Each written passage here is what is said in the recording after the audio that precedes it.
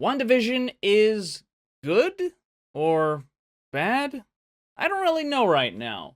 Whenever I make a review, I always label the movie or the TV show as being good or bad. It's kind of a marketing trick, but at the same time, I want to create some viewer expectations for the videos that I make. With WandaVision, I honestly don't know if this show is going to be good or bad. It seems like the show is setting up a premise that could actually be really cool. In particular, one of the best things about the Marvel movies was when characters would cross over. Disney is planning to do the same thing with the 50 new Star Wars shows that they're creating, and they're also going to be doing it with the Marvel TV shows in combination with the new movies that are going to be released. So some of the shows are actually going to cross over with the movies, which is pretty cool. The end of the first episode drops a huge teaser for what the main story of this show is going to actually be, and it appears that it's going to be linked to what we see with one of the other shows based on Loki. I'll talk more about that and how it's all connected in just a minute, but it does seem like a pretty good concept.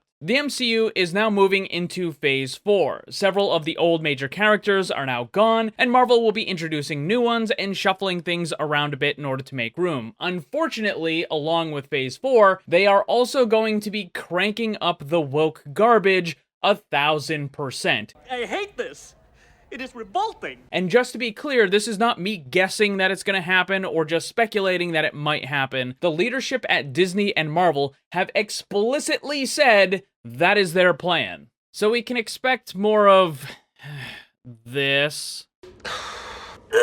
Surprisingly though, I haven't seen any of that in the show so far. Maybe it will rear its ugly head in later episodes, I don't know, but as of now, there's really none of that woke weirdo nonsense in WandaVision. Unfortunately, however, the first two episodes still leave a lot to be desired. Suffice it to say that both of these episodes combined are essentially a really long, extended-length trailer that doesn't really do anything for the story. Normally, I would go through the episodes and give complete breakdowns of the different scenes, but both of these first two episodes were almost entirely filler. The first episode was 22 minutes, and the second was 30 minutes, but all combined, there was maybe a grand total of 5 minutes of actual story that progressed the plot. Everything else, you could just throw away and it wouldn't change anything. Let me quickly run through what happens in the first two episodes, and then I can explain a little bit better what's going on with the show and what they're trying to do. Episodes 1 and 2 are in black and white. The dialogue, the jokes, and the special effects are all meant to replicate the style of old-fashioned TV shows like I Love Lucy and Bewitched. A bunch of this stuff is corny and overly dramatic, but it's supposed to be. But they also decided to include a laugh track, which unfortunately gets played every 15 seconds. And no, I'm not exaggerating.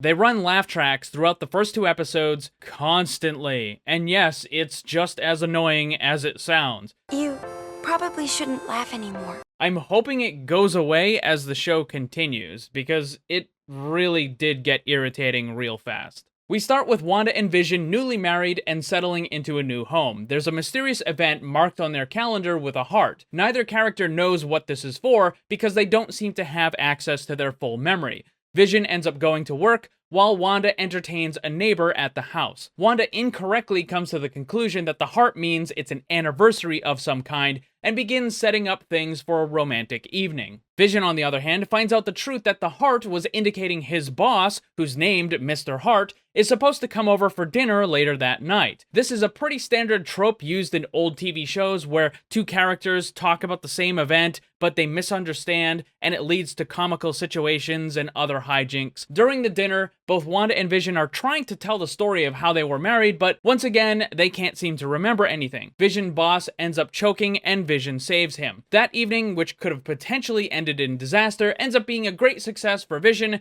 making a good impression on his new boss. And that's the end of the first episode. It's 22 minutes of pretty much just filler, not much story at all. Now, in the last few moments, we do get a little bit of a teaser for the rest of the show and what they're going to do with the series. As the camera is zooming out, we see that Wanda and Vision are actually in some sort of TV show, or at least they're being watched on a screen. This is what appears to be the link that will connect WandaVision over to the Loki TV show, but more on that in a minute. Episode 2 is more of the same. Both Wanda and Vision go about their day, each of them meeting new people in the neighborhood. There are a few incidents with Wanda where objects in the world are shown with color, greatly contrasting everything else that's in black and white. And it's clear that something is wrong and giving hints that the world is not what Wanda thinks it is. The second half of the episode is just a bunch of the same old-fashioned comical situations that we saw from the first episode. Now, if you're a fan of meaningless sitcoms, then you'll probably enjoy it. Oh, not this again. But it just doesn't add anything to the story, and for me, it's not very interesting. At the end of the second episode, Wanda reveals that she's pregnant, but suddenly they hear a noise from outside. The two of them go outside to investigate, and they find a man in a beekeeper suit climbing out of the street.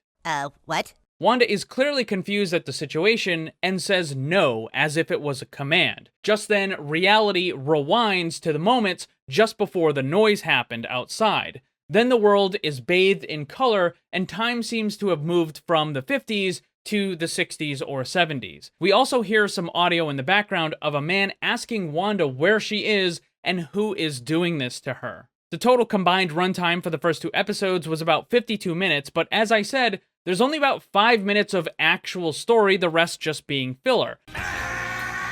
I don't have a problem with how they're trying to set up the new show because it is an interesting way to do it. They want to establish that Wanda is not in the real world and that something very strange is happening. The issue I have is how long they're taking to do it. Almost everything we see in the first two episodes we already knew from watching the 3-minute trailer for the show. I was expecting them to open the show in the old black and white style and then quickly moving on, but after the first 15 minutes I started scratching my head wondering why the plot wasn't getting advanced. Then when it continued into the second episode, I started to get more annoyed and bored. The first two episodes could probably have been cut down to 10 minutes, and it would have had the exact same effect. I'm not saying that every single second needs to be directly connected to the main story or push along the plot. There can be little things here and there for jokes and humor and whatnot, but watching Wanda mess around in the kitchen for 5 minutes with burned food is not a good use of time in an episode that's only 22 minutes long. So I guess whether or not the show becomes good is going to be dependent on how long they continue to drag this stuff out. However, as I said, the overall premise does seem to be really interesting, and I'm looking forward to what it could become. It appears that Wanda is trapped in some sort of alternate reality that she is capable of controlling. In the trailer with the other Marvel show based on Loki, we saw that he is part of an organization that monitors different realities and then deals with different kind of problems that come up from that. It looks like that very same organization might be the one that is monitoring Wanda. It's kind of like a Matrix situation. I know Kung Fu. This brings up a lot of questions. Is Vision actually alive, or is he just created as a copy by Wanda? Also, what about their child? In the comics, Wanda and Vision did have kids, but it was later revealed that they were not real and that they had been created by Wanda's powers. It looks like the show is just kind of telling you that right up front. And speaking of Wanda's powers, it looks like the show is changing them to be more in line with what she had in the comics. In the previous Marvel movies, Wanda could create kind of red magical stuff that could move things around or cause damage, but that was about it. Her comic book powers are more about reality warping, and that seems to be what we're seeing in the show. This is definitely interesting, and I'd like to see what they do with it, but it also creates a little bit of the Captain Marvel situation, where they massively overpowered Captain Marvel to the point where they had to pretty much keep her out of the Endgame movie for as much as possible, otherwise she would have just won the whole thing on her own. So if you're going to have Scarlet Witch in the MCU with reality warping powers, that kind of makes it difficult for the bad guys to actually be a threat. So while I'm not a very big fan of the first two episodes, there's a lot of potential in this show. So for now, I'm gonna hold off on making a decision on whether it's good or bad. I want to watch the next couple of episodes to see if it's just more of the same, or if they actually start moving the story along into something more interesting. But that's the end of episode 1 and 2.